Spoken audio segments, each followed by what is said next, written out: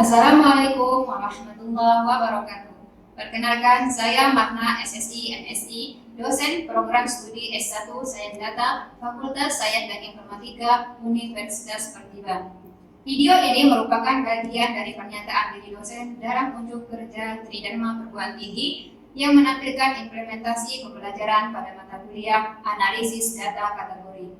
Pembelajaran dirancang berdasarkan rencana pembelajaran semester dengan pendekatan outcome-based education, sehingga setiap aktivitas pembelajaran berorientasi pada capaian pembelajaran pada mata kuliah secara terukur.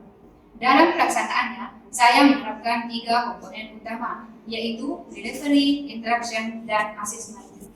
Pada aspek delivery, materi disampaikan secara sistematis melalui penjelasan konsep, contoh kasus, serta penerapan pada data nyata, sehingga mahasiswa tidak hanya memahami teori, tetapi juga mampu mengaplikasikannya dalam menyelesaikan permasalahan yang relevan.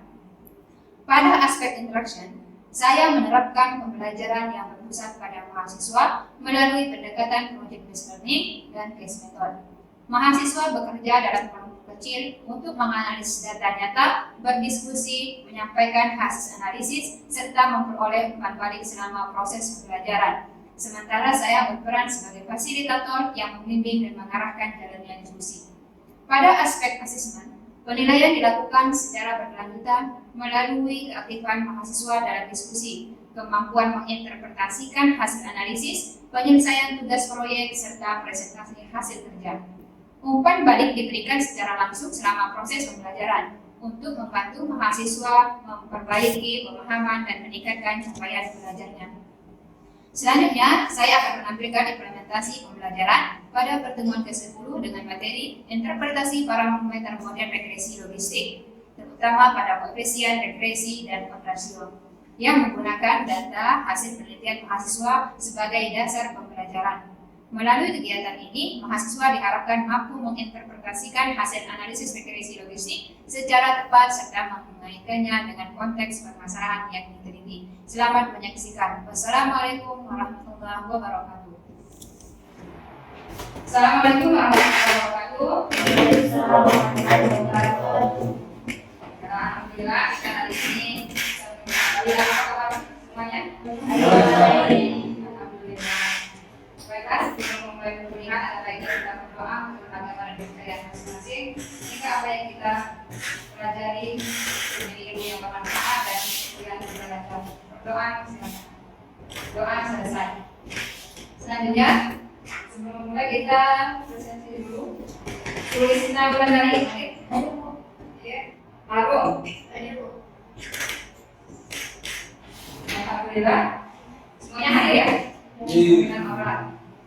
Ya, kita hari ini kita pertemuan ke-10 ya, analisis data kategori. Hari ini kita mempelajari tentang interpretasi parameter model regresi logistik. Ini fokus kita ke koefisien regresi dan kontrasio. Pada pertemuan sebelumnya, pertemuan ke-9 kemarin, kalian sudah membentuk melakukan hasil dari model regresi logistik ya. Nah, dari data awal yang nyata sudah kalian olah dengan macam model ini berarti tidak dirasakannya. Namun sebelum lanjut, kita harus mengulang lagi ya yang kemarin, apakah masih ingat atau tidak ya. Mungkin itu akan pertanyaan dulu ya dengan untuk mewakili kelompoknya ya. Kalian mengolah data kalian itu dengan regresi logistik biner. Itu kenapa digunakan regresi logistik biner? Karena regresi modelnya teknologi yang bersifat biner. Karena kategorinya bersifat biner ya. Benar ya, 2 kategori. Jadi hari ini pertemuan ke-10 ini, setelah kita selesai kuliah pada hari ini, mahasiswa itu harus bisa menginterpretasikan nilai operasio tadi itu dengan benar ya.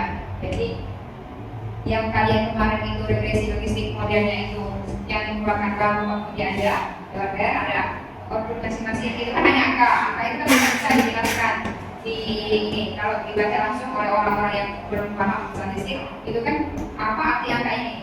Nah hari inilah kita ingin menjelaskan bagaimana cara operasinya, ya. Istilah itu bagaimana cara menjelaskannya itu, angka-angka dalam Foreo, ya. Mampu menjelaskan chord rasio, ya, secara tepat. Nah, di parameter yang kalian yang keluar kemarin itu kan banyak ya parameternya. Ada koefisien regresi, ada uji banyak, ya, signifikasinya, sama chord rasio. Hari ini kita fokusnya chord rasio. Kenapa? Karena kalau di dalam parameter regresi itu kan biasanya ada koefisien regresi sama ada juga rasio, ya. Koefisien regresi itu dia merupakan juga parameter utama, ya, di dalam model regresi logistik karena dia menunjukkan itu arah hubungan antara variabel bebas dengan variabel responnya atau parameternya. Namun pada koefisien regresi ini dia kan sifatnya masih ini, ya, skala logaritma tua, bentuknya masih robot. Jadi sulit untuk kita implementasikan. Makanya dari koefisien regresi, misalnya kalau kali itu misalnya munculnya B, ya. Nah, berarti B yaitu koefisien regresi itu kita transformasikan dengan fungsi eksponensial. Kan dia odd, eksponensial kan, jadinya 3 odd. Ya, ketika odd di eksponensial berarti 3 odd. Makanya ganti yang pada itu adalah chord rasionya, ya. Makanya hari ini kita punya chord rasio aja, ya, karena dalam model regresi logistik itu menjelaskan dengan koefisien regresi itu masih sulit, ya, karena masih agak rumit karena dia bentuknya masih dalam ini skala logaritma. Namun sebelum kita mempelajari lebih dalam tentang rasio, jadi kita harus tahu dulu apa itu chord, ya. Chord itu dia membandingkan antara kejadian dengan non kejadian, ya. Jadi chord itu berbeda dengan peluang. Kalau peluang itu apa? Kalau peluang dia membandingkan kejadian dengan seluruh kejadian, ya. Kalau chord tadi membandingkan kejadian dengan non kejadian.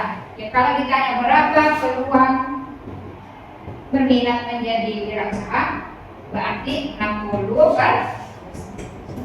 per 100 karena seluruh kejadiannya 100 dan 100 semuanya. Jadi berarti peluang kali ini kan peluang berarti ini berapa peluang minatnya? 60. Seluruhnya 100. Jadi dari 100 berarti ini 0, nah ini peluang, ya. Kalau itu dia kejadian dengan tidak kejadian, berarti yang tidak kejadiannya berapa? Kalau dari 100 semua totalnya, ini 60 nya nih minat, 40 nya enggak minat kan? Chordnya 60 per 40 kan bukan total kejadian.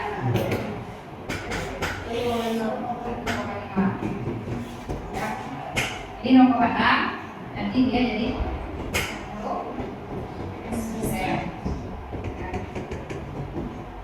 Kalau itu dia punya peluang, ya, beda jadi kalau itu beda dengan peluang.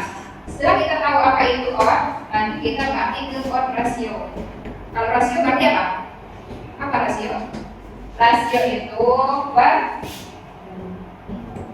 ini pak, dibandingkan rasionya berapa? Berarti membandingkan antara chord, ya.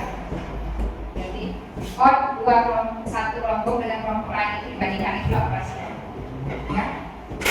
Jadi kalau misalnya dalam kasus kalian kemarin, kasus kamu apa kan? Faktor-faktor yang mempengaruhi minat mahasiswa di Nah, berarti ini yang kemarin ini, ya, yang tadi itu berarti itu, berarti yang ini, ya. Nah, kasusnya berarti dia minat gak minat, ya, dua kelompok. Jadi yang minat dibandingkan dengan ini ditentukan itu yang mana yang menjadi kelompok pembandingnya, ya. Jadi misalnya kalian bandingkan ini status bekerja, berarti tidak bekerja dengan bekerja, nah dibandingkan.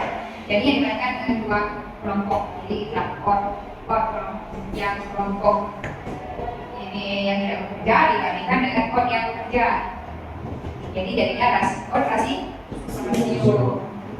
Nah, kode rasio itu dia ada, misalnya dia kan nilainya dari dia apakah dia lebih besar dari 1 atau dia sama dengan 1 atau lebih kecil dari 1. Karena kan perbandingan. Kalau dia sama berarti nilainya berapa? Kalau misalnya kode-nya sama berarti rasionya berapa? 1. Kalau kode-nya di atas 1 itu berarti kalau kode-nya di atas 1, rasionya di atas 1 berarti yang lebih besar kode yang mana? Lebih besar atau lebih kecil? Lebih besar. Pemilihan yang lebih besar, jadi makanya nanti berarti hasilnya lebih dari 1. Kalau lagi itu kalau pemilihannya lebih kecil dari menyebut hasilnya di bawah 1 atau lebih tinggi dari 1. Kalau pemilihan lebih kecil dari menyebut di bawah 1. Kalau pemilihan lebih kecil dari menyebut, ya. Nah, jadi nilainya itu bisa kemungkinan sama dengan 1, bisa kemungkinan lebih dari 1, ya, atau dia yang sama itu berarti dia tidak ada ini ya perbedaan, ya. Nah, kalau yang lebih kecil dari 1 berarti yang kelompok kategorinya lebih kecil, ya. Nah, yang kalau dia lebih dari 1 berarti ini kelompok yang jadinya lebih kecil daripada kelompok preferensi.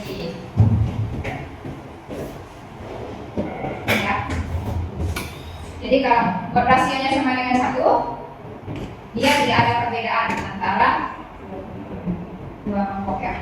Artinya antara yang tidak bekerja dan bekerja tadi tidak ada perbedaan. Kalau rasionya lebih dari 1 berarti yang kelompok yang diamati itu dia lebih besar dari yang kelompok preferensinya, ya. Jadi ini tadi misalnya ini yang bekerja dan bekerja tadi, ya. Kalau kita kelompok preferensinya bekerja, ketika rasionya lebih besar dari 1 berarti otomatis dari yang tidak bekerja itu lebih besar dari yang bekerja, ya. Nah, jadi makanya kalau menjelaskan interpretasi rasio itu ini kelompok preferensinya harus disebutkan, ya. Boleh saya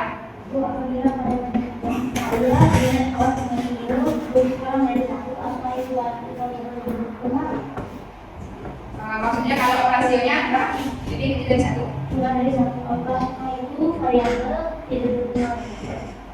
Kalau dia lebih dari 1, rasio itu bukan melihat dia berpengaruh atau tidak, ya. Makasih itu saya belajar. Jadi rasio itu bukan untuk melihat dia berpengaruh atau tidak berpengaruh, ya. Kalau untuk melihat dia berpengaruh atau tidak berpengaruh itu melihat nilai signifikansinya atau value-nya. Itu kalau melihat dia berpengaruh atau tidak berpengaruh. Bisa pahami langkah-langkah biar kalian mudah dalam menginterpretasikan rasio, ya. Yang pertama itu dari output kalian. Jadi kalian lihat tuh output kalian masing-masing yang sudah diolah itu, ya. Lihat di antara pada kode yang pertama kali dicek itu mana yang signifikan, ya. Jadi kalau apa kalian 5% berarti lihat mana yang value-nya lebih kecil dari 0,05, ya.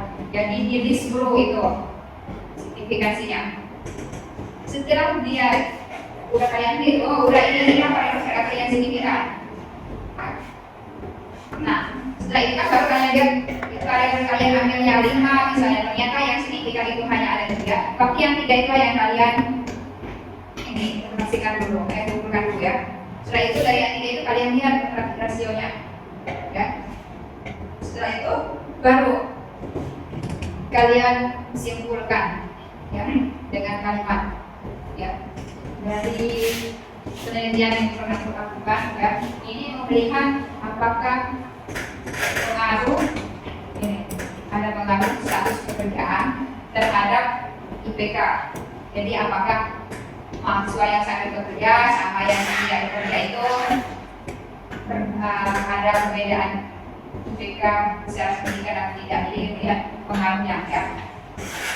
Nah, dari penelitian itu variabel tambah belajar, satu pekerjaan, itu lagi beberapa variabel. Tapi ini hanya ambil penyajian yang signifikan.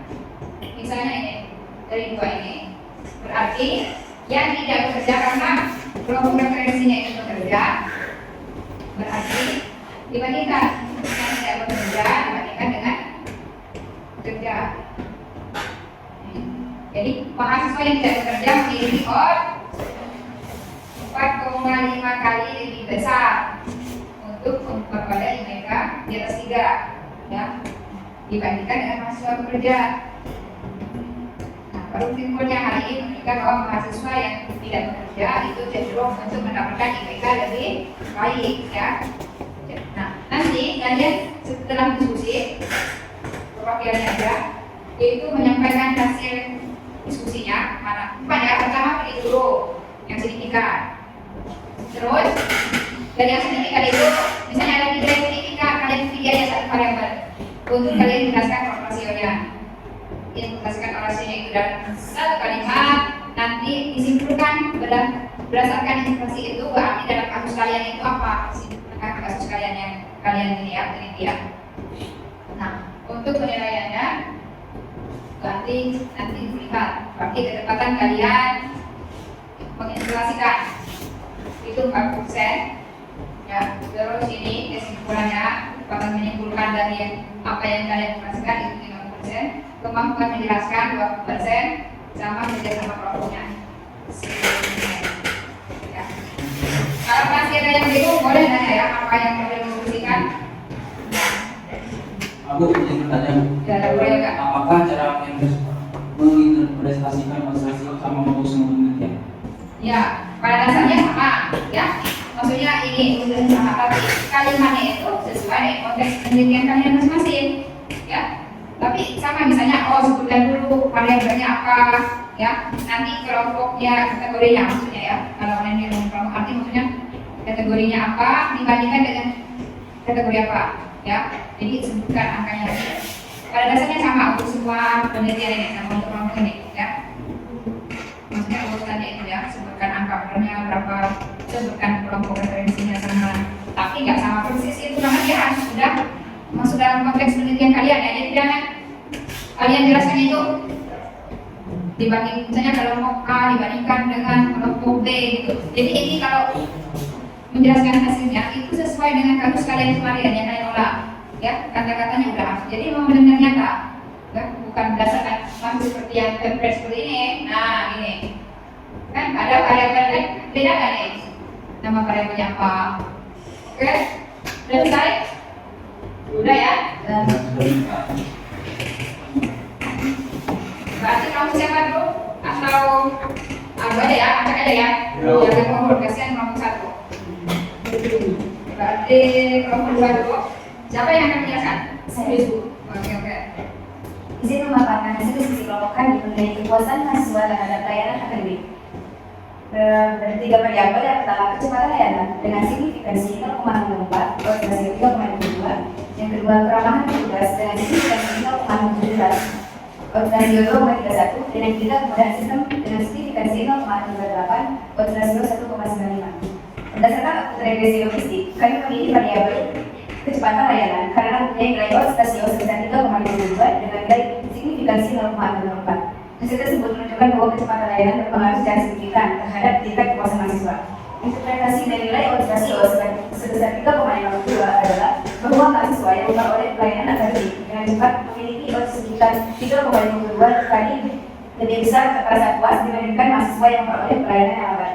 Dari hasil analisis tersebut dapat disimpulkan bahwa kecepatan pelayanan menjadi salah satu faktor utama yang dapat meningkatkan kepuasan mahasiswa terhadap pelayanan akademik.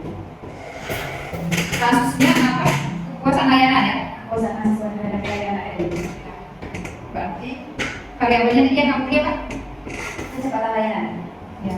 Berarti ini yang kepuasan mahasiswa terhadap pelayanan akademik. Variabel yang dipilihnya dari berapa yang signifikan? 0,04. Signifikansinya enggak, berapa variabel yang signifikan? 1, 3. 3 ya.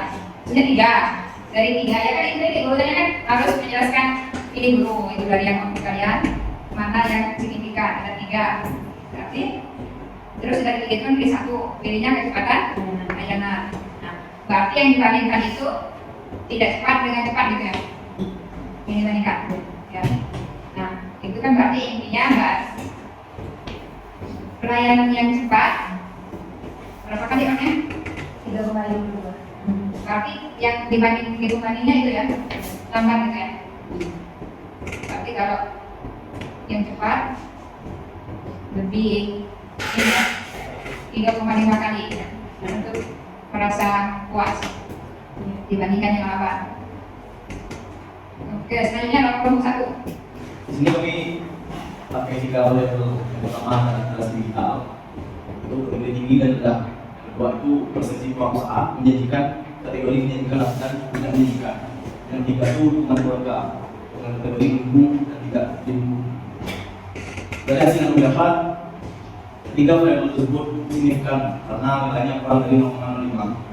Yang besar eksponensial beta atau rasio dari variabel integrasi kita itu 2,12, seperti kurang 3,15 dan hubungan keluarga itu 2,85. Kami mengambil satu variabel untuk diinterpretasi, yaitu dukungan keluarga.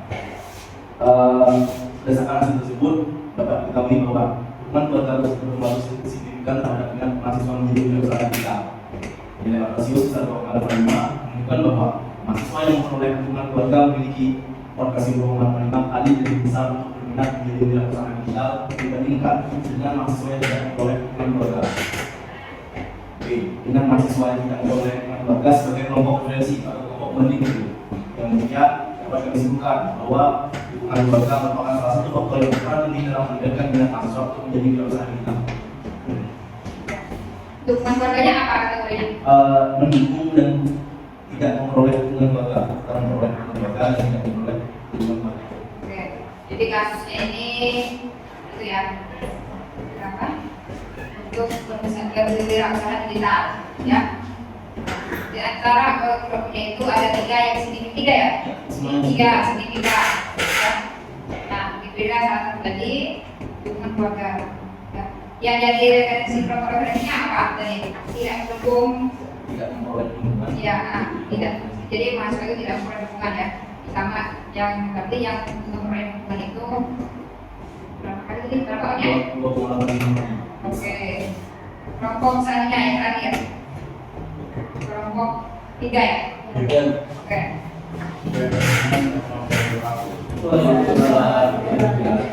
Kami di kelompok 3 berdasarkan tentang kasus kebiasaan harus mendampingi hidup pola sehat. Di sini kami ambil 3 variabel. Yang pertama itu pengetahuan kesehatan yang perbandingannya antara pengetahuan tinggi atau rendah. Terus untuk aktivitas fisik ada rutin dan tidak rutin, serta ada teman-teman yang mendapat dukungan teman dan yang mendapat dukungan teman. Nah, nilai signifikannya dari yang pertama pengetahuan kesehatan itu mendapat nilai 0,017 dan eksponensial B-nya atau kontrasionnya itu 2,4. Terus untuk aktivitas fisiknya itu ada di nilai signifikannya 0,001 dan eksponensial B-nya atau kontrasionnya itu 3,56. Terus di hubungan temannya, hubungan teman itu ada nilai signifikan 0,05 dengan eksponensial B-nya atau operasionnya itu 1,84. Nah, parameter yang kami pilih di sini yaitu aktivitas fisik karena memiliki rasio yang paling besar yaitu 3,76 dengan nilai signifikan 0,1. Dan kesulitan menunjukkan bahwa aktivitas fisik mempengaruhi signifikan terhadap kebiasaan siswa dalam menjaga pola sehat. Terus di kenapa kami juga mengambil fisik karena nilai rasio yang besar tadi sekitar 3,76 dan memiliki diinterpretasikan bahwa kami menginterpretasikan bahwa mahasiswa yang melakukan aktivitas fisik memiliki rasio sekitar 3,6 kali lebih besar menjalani pola yang lebih sehat dibandingkan dengan mahasiswa yang tidak rutin melakukan aktivitas fisik. Mengenai kalian memilih karya apa tadi ya? Dari mana kita tahu ya mana variabel yang dari mana kalian melihat bahwa misalnya itu yang paling yang besar namanya ya. Siapa yang menjawab? Mana yang dengan nilai operasi yang paling besar? Yang paling besar. Oke, benar ya. Kan sebelum itu, sebelum kita melihat mana variabel yang paling besar, itu dia dulu tadi apa? Signifikansinya. Jadi kalau dia nggak signifikan, walaupun dia besar, ya, kan bisa misalnya datanya kan bias atau apa. Jadi tetap kita lihat dulu mana yang signifikan. Dari yang di antara yang signifikan itu hanya segede yang hasilnya dan besar. Kan? Udah apa? Besar. Oke. Jadi selesai yang pertama ini. Ya. Untuk informasikan tadi apanya? Ya. Ini ya, kita lihat ini. Rasio itu apa? Rasio itu untuk membandingkan chord dua kelompok. Ya, chord rasio. Jadi sebenarnya dari pengertian itu bisa ya. Chord rasio berarti chord yang dibandingkan. Nah, berarti antara chord dibandingkan, itu jadi rasio. Ya. Terus chord itu sama nggak dengan peluang? Tidak ya. Kalau peluang tadi dia membandingkan dengan seluruh kejadian, dibandingkan dengan seluruh kejadian. Kalau chord itu membandingkan kejadian dengan non kejadian, ya. Itu ingat. Terus setiap kalian menjelaskan itu menginterpretasikan rasio, itu kelompok referensinya itu harus selalu disebutkan. Itu misalnya yang tadi apa mendapat dukungan dengan yang tidak mendapat dukungan, itu yang dibandingkan, ya, disebutkan. Ya, referensi kita. Jadi kita nggak bisa mengatakan ini, oh misalnya ini pendek, nah misalnya. Kenapa dia bisa dikatakan pendek jika dia ada dibandingkan dengan yang lebih pendek lagi atau yang lebih tinggi, gitu ya. Nah, jadi terus karena kita ini data dan seperti di awal, karena data ini kan kita data nyata yang dari kuesioner ya, di situ banyak faktornya ya. Jadi kita di realistik itu dia hanya menunjukkan kecenderungan, ya, bukan misalnya oh ini disebabkan ini, ya. Nah, dia hanya menggambarkan kecenderungan. Ya, sudah sampai di ya. Jadi apa aja yang hari ini kita pelajari, yang kalian dapatkan hari ini? Chord, ya, apa itu chord? Terus rasio, ya, cara menjelaskan rasio, ya, angka-angkanya apa? Terus menyimpulkan dari kamus kalian. Ya. Nah, untuk pertemuan berikutnya kan kita udah pertemuan 9 itu memodelkan regresi logistik, artinya mengeluarkan apapun-nya, ya, dan tahu regresi logistik itu apa, regresi linear itu apa, ya, kategorinya berapa. Kapan pakai regresi logistik linear sudah dikeluarkan waktunya. Nah, tapi bawa angka aja. Jadi pertemuan 10 ini kita menjelaskan angka itu. Di pertemuan selanjutnya kita mengevaluasi, ya. Jadi evaluasi model tadi itu dia sudah layak atau belum, ya, digunakan untuk menjelaskan data. Jadi evaluasi model, kerangka model, ya. Itu dilihat dari goodness konkretnya, ya. Jadi kita lihat itu nanti di pertemuan berikutnya. Ya. Sudah habis di juga ya. Kali ini kalian kita sudah sampai di sini. Mohon dimaaf ya kalau ada kata-kata yang salah kurangnya. Terus sebagai tindak lanjut nanti berarti kalian yang informasinya itu dilengkapi, ya, di laporannya. Ya, tadi kan baru satu variabel aja, berarti kalian lengkapi itu semua variabelnya, jadi semua operasional itu dilengkapi nanti berarti dikirim ke ya ke LS-nya, ya. Jadi ya, dan wassalamualaikum warahmatullahi wabarakatuh.